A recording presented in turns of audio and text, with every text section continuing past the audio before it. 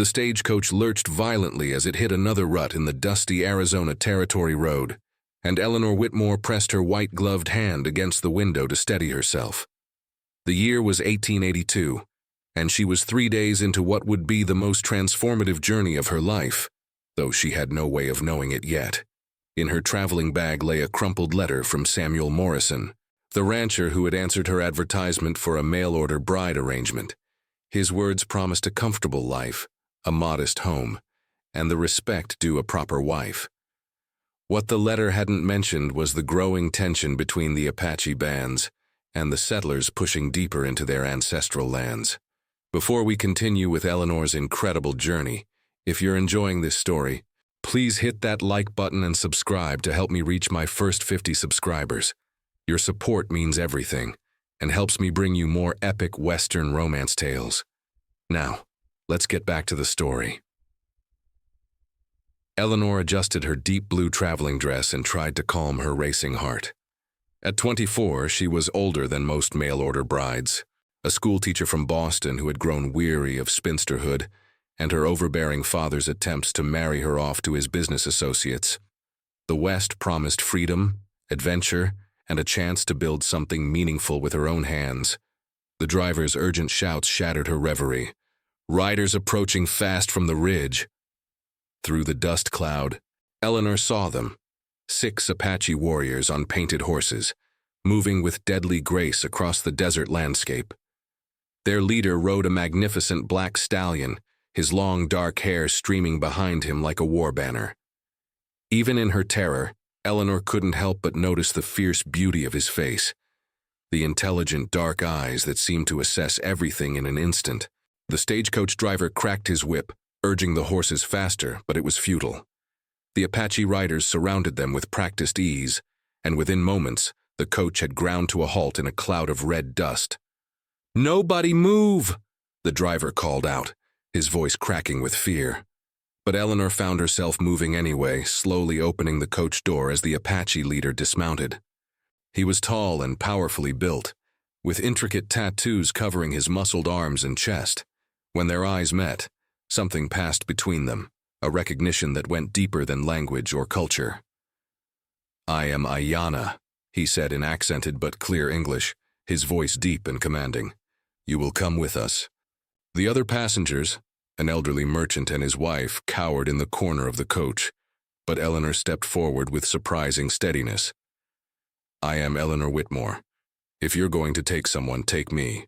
Leave the others unharmed." Ayanna's dark eyes widened slightly at her courage. In his 28 years as a warrior and leader among his people, he had seen many captives, but none had ever offered themselves to protect strangers. This pale-skinned woman intrigued him in ways he couldn't immediately understand. "You show bravery," he said, stepping closer, "but we take what we need." "What do you need?" Eleanor asked, surprising herself with her boldness. "Medicine woman, healer. Your people and mine both suffer from the white man's sickness that spreads through the camps." Eleanor's heart leaped. "I know something of medicine. I was trained as a teacher, but I've studied healing arts. Take me, and I'll help your people." The old merchant gasped. "Miss Whitmore, you can't possibly." "I can and I will," Eleanor said firmly, never taking her eyes off Ayanna. "It's the right thing to do." Ayanna studied her for a long moment, then nodded slowly. "You will come. The others may go." As Eleanor gathered her belongings, her hands trembling only slightly, she caught Ayanna watching her with an expression she couldn't quite read. There was respect there, certainly, but also something else, something that made her pulse quicken despite the danger. The ride to the Apache camp took 2 days, during which Eleanor learned that Ayanna was not just any warrior, but the son of the chief of a band that had been decimated by both warfare and disease. He spoke English well because he had been educated by missionaries as a child before returning to his people when he came of age. "Why did you really take me?" Eleanor asked on the second evening as they sat around a small fire, the other warriors sleeping nearby. Ayanna poked at the flames with a stick, sending sparks dancing into the star-filled sky. "In dreams, the spirits showed me a woman with hair like corn silk and eyes like winter sky. They said she would bring healing to our people. but also great change. Eleanor touched her blonde hair self-consciously. Do you believe in such things? I believe in what I see, Ayanna replied, his dark gaze finding hers across the fire. And I see a woman who offered herself to save strangers. This speaks to the spirit within you.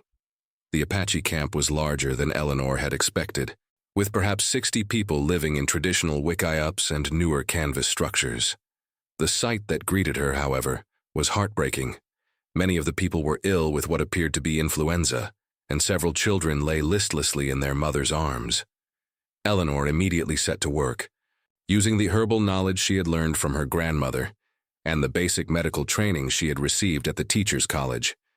She prepared willow bark tea for fevers, made poultices for chest congestion, and worked tirelessly to nurse the sick back to health. Ayanna watched her work with growing admiration. This woman, who could have been living comfortably as a rancher's wife, instead knelt in the dirt to tend to Apache children without a thought for her own safety or comfort. Her blue traveling dress had become practical working clothes, and her pale hands were now stained with medicine and earth. You are not what I expected from your people, he told her one evening, as she finally took a break from her ministrations. Eleanor looked up from where she sat exhausting by the fire, her hair escaping its pins in golden tendrils. What did you expect? Fear, hatred, the belief that we are savages to be destroyed or converted. Ayanna sat beside her, close enough that she could smell the sage and leather scent of him. But you see us as people. Of course I do, Eleanor said softly. How could I not? Their hands touched as he passed her a cup of herbal tea, and the contact sent electricity through both of them. Eleanor had never felt such an immediate and powerful attraction to any man, not even to her intended husband whom she had never met. Eleanor, Ayanna said quietly, there is something you must know. My father grows weaker each day. The people look to me for leadership, but I am torn between two worlds, the old ways and the new reality that your people bring. I fear I am not strong enough to guide them through what is coming. Eleanor set down her tea and turned to face him fully. In the firelight, his strong features looked both fierce and vulnerable. What is coming? War, perhaps, or surrender to the reservation. Either way, the life we have known for generations is ending. His voice carried a weight of sorrow that made Eleanor's heart ache. Without thinking, she reached out and touched his face gently. You are stronger than you know. I've seen how your people look at you, how they trust you. You carry their hopes. Ayanna leaned into her touch, his eyes closing briefly. And what of your hopes, Eleanor Whitmore? You came here to marry another man, to build a life with your own people. Eleanor felt her breath catch. The truth was that in the weeks since her capture, she had thought less and less about Samuel Morrison, and more about the man before her. Ayanna had shown her a different way of living, one connected to the land and to community in ways that Boston society never had. My hopes, she said quietly, are beginning to change. If you're loving this tale so far, don't forget to like this video and subscribe. I'm working hard to reach 50 subscribers, and every single one of you makes a difference. Help me grow this channel. Now back to Eleanor. The kiss that followed was inevitable. A meeting of two souls from different worlds who had found something in each other that transcended cultural boundaries. When they finally broke apart, both were breathing hard, and Eleanor knew that her life had just taken another dramatic turn.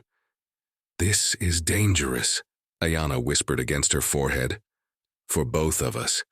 I know, Eleanor replied, but she made no move to pull away. Their relationship deepened over the following weeks, as Eleanor continued her healing work and learned more about Apache culture. She discovered that the traditional role of women in the tribe was far more empowered than what she had known in Boston. Women could own property, had significant say in tribal decisions, and were honored for their wisdom and spiritual gifts. Ayanna's aunt, a medicine woman named Nalnish, became Eleanor's teacher and advocate. The spirits speak through this one, she told Ayanna one day as they watched Eleanor successfully treat a child's infected wound. She carries strong medicine. She carries more than that, Ayanna replied, his eyes never leaving Eleanor's graceful form as she worked. She carries my heart. Nalnish smiled knowingly. And yours carries hers, nephew. The question is what you will do about it. The answer came sooner than either of them expected.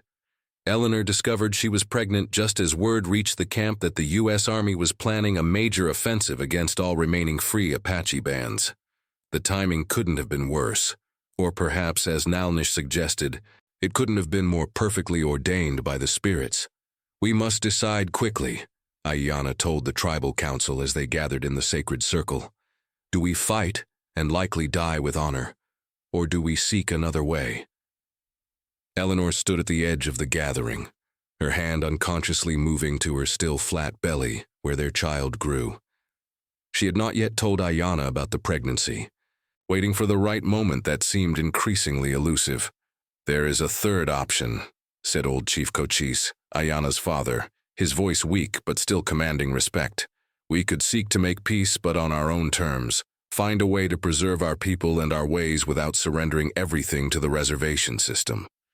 And how would we do that, father? Ayanna asked.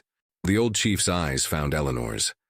Perhaps our white medicine woman has thoughts on this matter. She understands both worlds now. Eleanor felt every eye in the circle turn to her, and her heart pounded. She was being asked to speak at a tribal council, to offer counsel that could determine the fate of an entire people. The weight of responsibility was enormous. I have lived among you for 3 months now, she began, her voice growing stronger as she spoke. I have seen your wisdom, your connection to this land, your care for each other. These are gifts that the world needs, not things to be destroyed. She stepped forward into the circle, breaking protocol but somehow feeling it was right. In my world, there are people of influence who are beginning to understand that the old ways of handling conflicts between our peoples have been wrong. There are those who would listen to a new proposal, especially if it came with proof that cooperation could work. What kind of proof? Ayanna asked, his dark eyes intent on her face. Eleanor took a deep breath. A living example, a new kind of community that bridges both worlds, where Apache wisdom and white technology could work together, where children could learn both languages and both ways of understanding the world. She paused, feeling the weight of what she was about to reveal. I am carrying Ayanna's child. This child will be both Apache and white, a bridge between two peoples. Perhaps there could be others like us, couples who choose love over hatred, understanding over fear.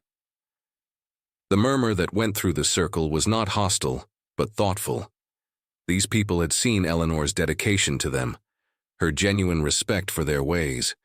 If anyone could be trusted to forge a new path, it might be her. Ayanna stared at her in shock, his hand moving instinctively toward his heart. You carry my child? Yes, Eleanor said simply, meeting his eyes across the circle. A child who will inherit the best of both our peoples, if we're wise enough to create a world where that's possible. Chief Cochise struggled to his feet, and immediately the entire circle rose with him. The old man walked slowly to Eleanor and placed a weathered hand on her shoulder. You speak with wisdom beyond your years, daughter, he said formally, and you offer hope where there was only despair. If the spirits have blessed the union between you and my son with new life, then perhaps they are showing us a new way forward.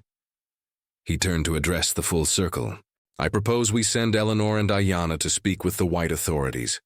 Let them carry our offer of peace, but also our terms. We will not go to the reservation to be broken and forgotten. Instead, we will create something new, a place where our peoples can learn to live side by side with respect. The debate that followed was intense but ultimately unanimous. The tribe would attempt this unprecedented diplomatic mission, with Eleanor and Ayanna as their ambassadors. The journey to the territorial capital took 2 weeks, during which Eleanor and Ayanna were married in a traditional Apache ceremony under the open sky, witnessed by the mountains and the spirits. Eleanor wore a beautiful deerskin dress decorated with turquoise and silver that had belonged to Ayanna's grandmother, and Ayanna wore the ceremonial garments of a war chief. "I never imagined this would be my life," Eleanor confided to her new husband as they lay under the stars on their wedding night. "Nor I," Ayanna replied, pulling her closer against his warm chest. "I thought I would live and die fighting to preserve the old ways. I never thought I would be working to create new ones." Eleanor traced the strong line of his jaw with her fingertip. "Are you afraid?" "Terrified," he admitted with a slight smile. "But also hopeful in a way I have not been for years. You have given me that gift." Their meeting with the territorial governor and military officials was tense at first, but Eleanor's articulate presentation of their proposal gradually won over several key listeners. The idea of a semi-autonomous Apache community that could serve as a model for peaceful coexistence was radical, but it was also practical in ways that endless warfare was not. "You're asking for a lot," Governor Safford said after hearing their complete proposal. "Your own land, your own governance, protection from settlers who might cause trouble." "In exchange," Eleanor replied calmly, "you get a functioning demonstration that Apaches and whites can live and work together productively. You get an end to the cycle of violence that has cost both sides so dearly, and you get a model that could potentially be replicated in other territories." Ayanna added, "Our people have knowledge of this land that could benefit everyone, where to find water in drought years, which plants provide the best medicine, how to live sustainably without depleting resources. We offer to share this knowledge freely." The negotiations took 3 days, but eventually, they reached an agreement. The Apache band would be granted a tract of land in a valley that was considered marginal for farming, but was rich in the resources the Apache knew how to use. In exchange, they would accept a small number of white families who wanted to learn their sustainable living practices, and they would provide guides and knowledge to help other settlers adapt to the harsh desert environment. Eleanor and Ayanna returned to the tribe as heroes, bearing the signed agreement that would allow their people to remain free while adapting to the changing world. The celebration that night was the first truly joyful gathering the band had held in years. "You did it," Nalnish said to Eleanor as the dancing and singing continued around them. "You found a way to save our people, without asking them to stop being who they are." Eleanor smiled, her hand resting on her growing belly. "We all did it together, and this is just the beginning." Over the following months, as Eleanor's pregnancy progressed, the new community took shape. The first white families to join them were carefully chosen, people who genuinely wanted to learn and contribute, rather than simply take advantage of the arrangement. Among them were a doctor seeking to study traditional Apache medicine, a botanist fascinated by desert plant lore, and several farming families looking for a more sustainable way of life. Eleanor established a school where children learned in both English and Apache, studying traditional stories alongside arithmetic, learning to track animals alongside reading literature. The cultural exchange flowed both ways, with Apache artisans teaching their crafts while learning new techniques from the white settlers. When Eleanor went into labor on a starry October night, she was attended by both Nalnish and Dr. Rebecca Martinez, the Anglo doctor who had joined the community. Ayanna paced outside the wickiup like expectant fathers everywhere, regardless of culture. "It's a girl," Dr. Martinez announced as dawn broke over the mountains. "A beautiful, healthy girl." Eleanor held her daughter for the first time, marveling at the child's perfect features. Her father's dark eyes and strong bone structure, combined with her mother's fair skin and delicate hands. "Her name will be Ayanna Eleanor," she decided. Bridge of Light in Apache, after her father, and Eleanor, for the hope she represents. When Ayanna was finally allowed to enter and see his wife and daughter, he wept openly, something that would have been unthinkable for an Apache warrior just a year before, but which now felt perfectly natural in this new world they were creating. "She is beautiful," he whispered, carefully taking his daughter in his large, gentle hands. "She looks like she belongs to both worlds." "She does," Eleanor said softly, "and hopefully, by the time she's grown, those two worlds won't seem so far apart. The success of their community gradually attracted attention from across the territory. Newspapers wrote about the Miracle Valley, where former enemies had learned to live in harmony. Government officials came to study their model, and other Apache bands began to consider similar arrangements. Eleanor's role evolved from healer to teacher to unofficial ambassador, as she found herself frequently traveling to other communities to share what they had learned about building bridges between cultures. Ayanna became not just a chief, but a respected voice in territorial politics, advocating for native rights while working within the existing system. Their daughter Ayanna Eleanor grew up trilingual, speaking English, Apache, and Spanish with equal fluency. She learned to weave traditional baskets from her Apache grandmother and to read Shakespeare from her white mother. She could track deer through the desert and solve complex mathematical equations with equal skill. By her 5th birthday, the community had grown to include over 300 people from various backgrounds, all committed to the experiment in cooperative living. The original Apache band had not only survived but thrived, maintaining their cultural identity while adapting to new realities. "Do you ever regret it?" Eleanor asked Ayanna one evening, as they watched their daughter play with a group of children whose heritage represented half a dozen different cultures. "Giving up the warrior's life for this?" Ayanna considered the question seriously before answering. "I was a warrior because my people needed protection. Now they need leadership in building something new. This is still a form of warfare. We fight ignorance instead of soldiers, fear instead of armies, and the victories are more lasting." He pulled her close, his hand resting on her belly where their second child grew. "Besides, I gained something I never expected to find. Not just a wife, but a true partner in creating the future." Eleanor smiled, thinking of the letter she had never sent to Samuel Morrison, the rancher who had been expecting a mail-order bride. She had written to him months ago explaining her situation and releasing him from their agreement, wishing him well in finding happiness. She had found something far better than the conventional marriage she had originally sought. In giving up her plans for a safe, predictable life, she had discovered adventure, purpose, and a love that transcended every boundary she had been taught to respect. "What shall we name this one?" she asked, patting her stomach. "If it's a boy, Joaquin Nalnish," Ayanna replied. "Bridge builder, in honor of your vision and my aunt's wisdom."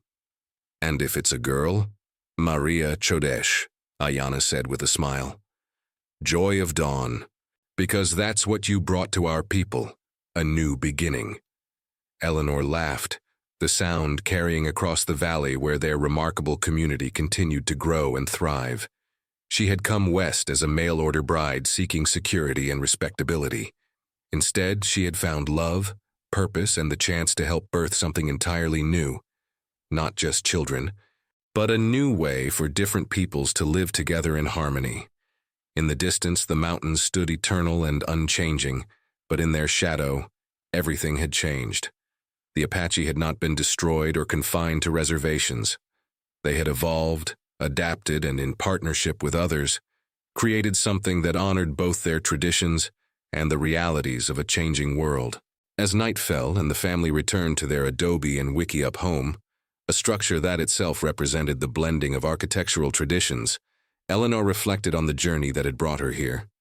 She had been captured by Apaches, but in truth she had been liberated by them. She had given birth to children, but more importantly, she had helped give birth to hope. Thank you so much for listening to this story. If you enjoyed it, please smash that like button and subscribe to help me reach my goal of 50 subscribers. Your support helps me create more amazing Western romance stories for you. What did you think of this story? Let me know in the comments below. The mail-order bride who had set out to find a conventional life had instead become the mother of a new kind of community, one that proved love could indeed conquer the prejudices and fears that divided peoples. And in the years to come, as their children and grandchildren carried forward the lessons of cooperation and mutual respect, Eleanor's unexpected journey would be remembered as the beginning of a better way for all peoples to share the vast and beautiful American West.